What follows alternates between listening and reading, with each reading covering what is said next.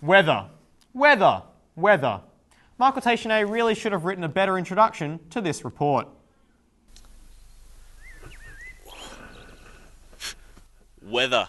The mix of atmospheric pressure, temperature variation and precipitation activity has a history dating back to at least last Thursday. Prior to then, its exact origins were unknown. We were simply told to weather the weather, whatever the weather, whether we liked it or not.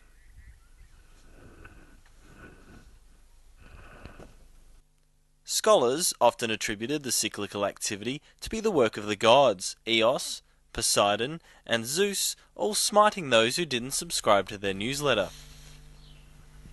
As far back as the recent past, the increasingly daily consistency of weather has allowed for innovation. In 1902, Webster's dictionary confirmed the spelling of weather, replacing simply a picture of a yellow bucket. In 1911, moisture fell from the sky on the French village of Rain. And in 1984, British scientists, curious as to where their loose change was disappearing, uncovered the hole in the ozone layer. And in 1994, a used carpet salesman dressed in a polar bear outfit claimed he was beginning to feel a little bit warm. This moment signified the beginning of one of the most contentious environmental issues ever: climate change. Back then it was just a wild and fanciful theory like Santa, crop circles or New Zealand. Now, however, popular consensus means it's an absolutely positively undeniably assumed truth, like high definition, gravity, or Catholicism.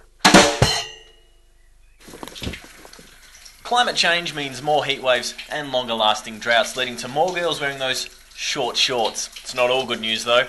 More storms, stronger cyclones and rising sea levels will play havoc with delicate ecosystems, meaning many animals will die. This will have no impact on the shorts. I remember Central Park in fall. So who's to blame in all this? You? Me? Scott? No. Blame rests squarely on the shoulders and general upper body of the weather forecaster. That's right, weather forecasters. They're the home-brand pregnancy test of the meteorological world. Right too often for us to ignore, and wrong too often for us to rely on. These weather forecasters reside on a regional property outside of Bunyip known simply as the Bureau. It's a location where members learn the dark arts of weather prediction and contorting weather patterns. Even so boldly naming tropical storms after whoever summoned them. Cyclone Cyril is a case in point. However, all's not well in the Bureau, as doubtcaster Dennis Luke has cast doubts on the Bureau in a report where he discovered an inaccuracy to their accuracy.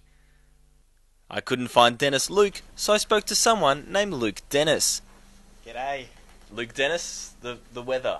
Yes, no weather. It's So how's this going to work? Do I talk to you? So I'll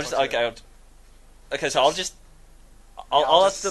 So no, you ask the question and then okay. to me. So what I'll do is okay. So first up, cool. Yeah, one sec.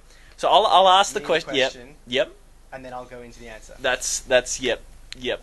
Okay. What a character. We could have talked for hours. Okay, so just try again. But we didn't.